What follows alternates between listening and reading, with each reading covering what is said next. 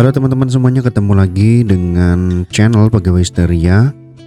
Bagaimana kabar teman-teman semuanya? Saya harapkan teman-teman dalam keadaan sehat dan tetap diberikan kelancaran rezeki, kerjanya lancar dan lain sebagainya, pokoknya yang terbaik untuk teman-teman semuanya. Pada video kali ini saya ingin menceritakan tentang pasti pesugihan lagi. Tapi ini seru sekali teman-teman, karena pesugihan ini adalah pesugihan yang paling asik sebenarnya kalau dilakukan. Tapi bagi orang yang sudah gelap mata ya, karena ini dilakukan dengan cara yang sangat mengerikan tetapi asyik, yaitu yang mau ikut pesugihan itu akan melayani nafsunya si siluman babi yang berbentuk wanita cantik dan menggairahkan. Tentunya laki-laki manapun pasti suka dengan pesugihannya seperti ini. Tapi bagaimanakah ceritanya? Nanti kita langsung saja ceritakan kepada teman-teman semuanya. Ini adalah kisah yang dituliskan oleh Imam S.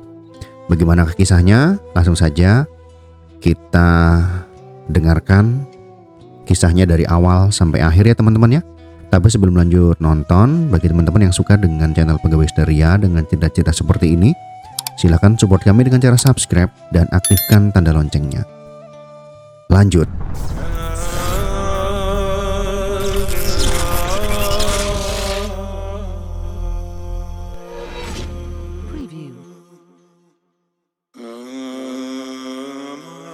Orang yang memuja Ratu Siluman Babi ini akan diikat dengan sebuah perjanjian gaib.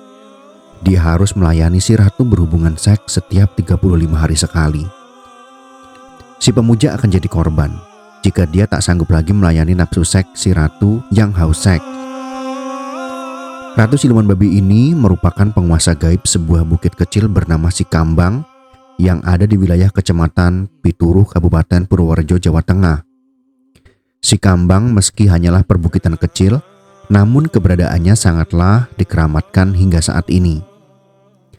Legenda setempat menyebutkan munculnya bukit ini terjadi akibat pertempuran antara Hanoman dan Rahwana. Kala itu Hanoman berniat menimbun Rahwana dengan menjebol sebuah gunung. Nah, ketika gunung ini dibawa terbang, ada sebagian yang berjatuhan. Salah satunya menjadi bukit Sikambang ini.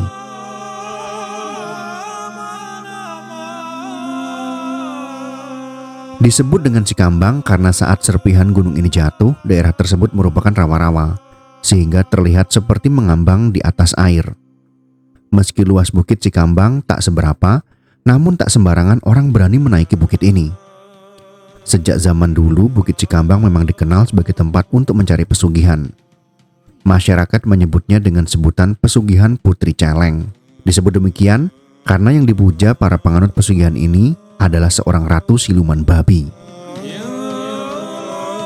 Dia itu penguasa gaib Bukit Sikambang ini. Dia bersemayam di sebuah gua gaib bernama Sigolo-Golo. Papar Mbah Karyo Wijoyo, juru kunci Bukit Sikambang. Pesugihan dengan memuja Ratu Siluman Babi penguasa Bukit Sikambang ini bisa terlaksana karena terjadinya persekutuan gaib antara Ratu Siluman Babi sebagai pemberi kekayaan dan manusia sebagai pemujanya. Adanya pesugihan Bukit Sikambang ini bermula dari kisah perjalanan Ratu Siluman Babi itu sendiri. Kisah ini sendiri terjadi ratusan tahun silam, tepatnya pada zaman Kerajaan Majapahit masih berdiri, di zaman Prabu Brawijaya. Entah pada Raja Brawijaya yang keberapa Majapahit kala itu. Ceritanya menurut penuturan Mbah Karyo, Bukit Sikambang kala itu dalam kekuasaan Ratu Siluman Babi bernama Dewi Penjalin. Suatu hari, Prabu Brawijaya tengah berburu binatang di hutan seorang diri. Dari perjalanan berburunya itu, Prabu Brawijaya sampai di Bukit Sikambang dan bertemu dengan seorang putri cantik bernama Dewi Penjalin yang sebenarnya seorang ratu siluman babi. Melihat kecantikan Dewi Penjalin, Prabu Brawijaya menjadi terpikat. Keduanya jatuh cinta yang dilanjutkan dengan berhubungan intim. Cerita Mbah Karyo. Untuk sementara waktu Prabu Brawijaya tinggal di Bukit Sikambang. Karena sedang dilanda asmara, keduanya selalu menghabiskan waktu sehari-harinya dengan berhubungan intim dan memadu kasih. Setelah 40 hari lamanya tinggal di Bukit Sikambang, Prabu Brawijaya pamit pada Dewi Penjalin untuk melanjutkan perjalanannya. Sebelum pergi, Prabu Brawijaya meninggalkan sebuah tombak pusaka sambil berwasiat, jika nanti Jabang Bayi yang dilahirkan Dewi Penjalin menanyakan siapa orang tuanya, agar datang ke Majapahit dengan membawa tombak pusaka tersebut. Hingga akhirnya Jabang Bayi yang dikandung Dewi Penjalin benar-benar lahir, yang ternyata lahir perempuan dan diberinya nama Dewi Kemuning. Setelah beranjak dewasa, Dewi Kemuning menanyakan siapa ayah kandungnya. Sesuai pesan Prabu Brawijaya, Dewi Penjalin kemudian memerintahkan putrinya agar datang ke Majapahit dengan membawa bukti tombak pusaka pemberian Prabu Brawijaya. Kedatangan Dewi Kemuning ke Majapahit untuk mendapatkan pengakuan sebagai anak Brawijaya. Namun ternyata kedatangan Dewi Kemuning ke Majapahit malah membuat Prabu Brawijaya murka. Raja Majapahit itu tak mau mengakui kalau Dewi Kemuning itu putri kandungnya dari hasil hubungannya dengan Dewi Penjalin. Akhirnya Prabu Brawijaya malah mengusir Dewi Kemuning sambil melemparkan tombak tersebut hingga mengenai kaki Dewi Kemuning, terang Bakaryo. Dewi Kemuning pun kembali ke Bukit Sikambang. Perlakuan Raja Majapahit itu telah membuatnya sakit hati. Dia merasa kalau Raja Majapahit itu telah mengkhianati dan mempermainkan ibunya, Dewi Penjalin. Itu yang membuat Dewi Kemuning menyimpan dendam. Sejak itu pula Dewi Kemuning berjanji akan mempermainkan setiap laki-laki yang datang ke Bukit Sikambang dengan balutan cinta asmara. Dan pada akhirnya dia akan mengambil nyawa setiap laki-laki yang telah dia kehendaki itu. Itulah kata Mbah Karyo awal mula adanya pesugihan Bukit Sikambang ini.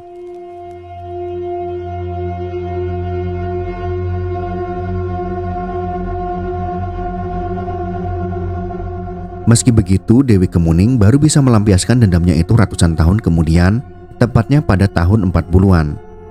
Itu berawal dari kisah Kiai Mustafa, warga setempat yang pada suatu hari melintasi Bukit Sikambang ini. Ketika itulah tiba-tiba saja di hadapan Kiai Mustafa muncul wanita sangat cantik bernama Dewi Kemuning dalam keadaan terluka parah karena ada sebuah tombak menancap di kakinya. Wanita ini berjanji bagi siapa yang bisa menolongnya, jika dia laki-laki maka akan dijadikan suaminya dan akan diberi harta berlimpah. Tapi kalau dia wanita, akan dijadikan saudaranya. Sesuai janji, setelah Kiai Mustafa berhasil menolongnya, akhirnya dijadikan suami oleh Dewi Kemuning. Keduanya lantas menikah dan tinggal di Bukit Sikambang hingga memiliki banyak anak. Sesuai janji pula, Kiai Mustafa diberikan banyak harta yang berlimpah. Bertahun-tahun setelah itu, Kiai Mustafa berniat membawa anak istrinya itu ke rumah untuk dikenalkan pada keluarganya. Tapi apa yang terjadi? Keluarga Kiai Mustafa sangat kaget. Wanita yang dianggap istri dan anak-anaknya itu ternyata dari bangsa babi. Akhirnya Kiai Mustafa sadar kalau selama ini dia telah mengawini putri siluman babi. Merasa tertipu, Kiai Mustafa pun marah, lantas berniat membunuh babi-babi itu. Akhirnya babi-babi itu berlarian menuju ke Bukit Sikambang. Namun ketika dicari, babi-babi itu menghilang. Dipercaya para babi itu masuk ke dalam gua yang berada di alam gaib bernama Gua Sigolo-Golo tadi. Dari peristiwa inilah muncul cerita kalau di Bukit Sikambang itu tempat untuk mencari pesugihan.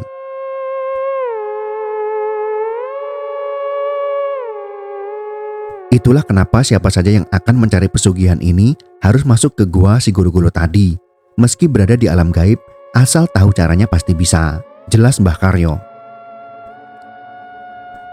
Laku ritual untuk bisa mendapatkan pesugihan Sikambang ini juga tidaklah terlalu berat.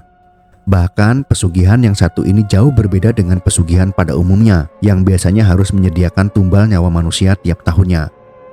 Syaratnya, ungkap Mbah Karyo, si pelaku pesugihan harus melayani Dewi Kemuning atau Ratu Siluman Babi penguasa Bukit Sikambang itu berhubungan intim layaknya suami istri tiap 35 hari sekali, tepatnya tiap malam bulan purnama. Meski sebutannya Ratu Siluman Babi, namun siluman ini tak menampakkan dirinya dalam wujud aslinya, tapi menyaru sebagai perempuan cantik dan seksi, sehingga laki-laki manapun tak akan menolak ketika diajaknya berhubungan intim. Setelah hubungan intim terjadi, si pelaku pesugihan bisa minta apa saja sesuai keinginannya, dan Ratu Siluman Babi yang dipujanya akan mengabulkannya. Sekilas cara kerja pesugihan yang satu ini sangat enak, tak perlu menyediakan tumbal nyawa. Tapi ternyata jelas Mbah Karyo, Ratu Siluman Babi ini ternyata wanita yang haus seks selama dia merasa puas dia akan memberikan harta sesuai keinginan pemujanya, bisa emas, uang, atau lainnya. Namun jika Ratu Siluman Babi ini merasa tak puas, ya tanggung sendiri akibatnya. Sekali saja merasa tak puas, ya nyawa kita taruhannya. Kuncinya ya jangan sampai loyo diranjang. Jelas Mbah Karyo, ayah dua anak ini. Uniknya lagi, pesugihan yang satu ini tak ada batas waktunya. Selama Ratu Siluman Babi merasa terpuaskan, selama itu pula persekutuan akan terus berlangsung. Persekutuan akan berakhir jika si pemujanya meninggal dunia. Sekilas memang tak ada tumbal yang harus diberikan dalam jangka waktu tertentu. Yang dijadikan tumbal nantinya ya penganut pesugihan itu sendiri. Menurut Mbah Karyo, setelah mati, kaki dan tangan pelakunya akan berubah menjadi kaki babi. Dan selanjutnya, jasad dan rohnya akan hilang, tak diterima langit dan bumi. Yang selanjutnya, bergentayangan di alam gaib, menjadi pengikut dari Ratu Siluman Babi yang dipujanya itu. Mbah Karyo sendiri sudah sering mengantarkan para pencari pesugihan itu. Namun dirinya juga tak tahu pasti apakah mereka itu berhasil apa tidak dalam ritual mendapatkan pesugihan ini. Tugas Mbah Karyo sebagai juru kunci hanyalah membuka pintu atau mengantarkan mereka. Selanjutnya ya terserah mereka, tapi segala resiko silakan tanggung sendiri. Toh begitu saya selalu menyarankan agar jangan menempuh jalur sesat ini. Kalau kita ada kesulitan, ya mintalah pada yang maha pemberi. Jangan sampai terjerumus ke jalan sesat ini, ujar Mbah Karyo wanti-wanti. Ritual untuk mendapatkan pesugihan di Bukit Sikambang ini hanya bisa dilakukan pada malam Selasa Kliwon dan Jumat Kliwon. Cukup membawa kembang menyan, lalu Mbah Karyo akan mengantar pencari pesugihan ke Bukit Sikambang yang lokasinya tak jauh dari rumahnya. Di puncak bukit ini, Mbah Karyo akan menuju dua bongkahan batu besar di depan sebuah pohon bendo berusia tua. Di batu inilah ritual itu dilaksanakan. Mbah Karyo akan membakar kemenyan, membaca mantra, lalu menyampaikan apa tujuan pengalap berkah. Setelah itu, Mbah Karyo akan meninggalkan pencari pesugihan ini sendirian. Ritual ini ibaratnya melamar putri celeng untuk dijadikan istrinya. Jika lamaran diterima, biasanya pencari pesugihan akan ditemui sesosok wanita yang sangat cantik dan dia merasa ada di dalam sebuah gua. Nah, gua gaib inilah yang disebut dengan Gua Si Golo-Golo. Dari pertemuan itu terjadi kesepakatan antara keduanya. Apa-apa yang harus dilakukan, yang tahu isi kesepakatan itu ya mereka sendiri, ungkap Mbah Karyo. Proses pertemuan itu bisa diartikan sebagai lamaran pada Ratu Siluman Babi. Jika lamarannya diterima, maka pencari pesugihan akan diterimanya. Namun jika ditolak, maka si Siluman Babi tak akan menemuinya. Jika diterima, si pelaku pesugihan akan pulang dan disuruh mempersiapkan sebuah kamar khusus yang merupakan kamar pemujaan. Di kamar inilah nantinya setiap malam bulan purnama, Ratu Siluman Babi akan datang, meminta jatah hubungan seks pada pemujanya. Dan pada malam bulan purnama itu, haruslah disajikan beberapa sesajen, di antaranya teh tawar, kopi pahit, wedang jembawuk, serabi, klepon, juga gulo kelitik. Jadi cara kerja pesugihan ini sangat simpel. Setiap malam bulan purnama, Ratu Siluman Babi akan datang menemui pemujanya. Lantas keduanya melampiaskan nafsu birahinya. Setelah mereka berhubungan seks dan Ratu Siluman Babi merasa terpuaskan, dia akan memberikan imbalan berupa harta kekayaan. Sudah 10 tahun lamanya, Mbah Karyo menjadi juru kunci Bukit Sikambang. Selama itu pula Mbah Karyo sudah banyak mengantar para pemburu pesugihan ini. Toh begitu Mbah Karyo juga sering mengingatkan pada para tamunya agar jangan menempuh jalur sesat ini. Meskipun sebutannya sebagai pesugihan, namun belum tentu juga terkabul.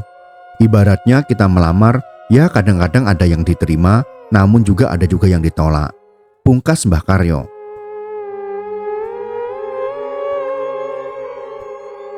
Itulah sekelumit kisah tentang persekutuan dengan Ratu Siluman Babi Bukit Sikambang. Ini adalah jalan sesat yang tidak harus kita ikuti. Kalau mau kaya ya kerja, usaha yang bagus, jadi pengusaha dan lain sebagainya. Kayak Elon Musk itu atau Mark Zuckerberg, mereka itu kerja keras untuk menjadi orang terkaya. Bukan dengan cara pesugihan seperti ini. Oke teman-teman, cukup sampai di sini. Semoga kisah ini bisa memberikan hiburan kepada teman-teman, bahkan memberikan pelajaran yang berharga. Jangan pernah mendekati perbuatan maksiat. Terima kasih sudah menonton, kita bertemu di video lainnya.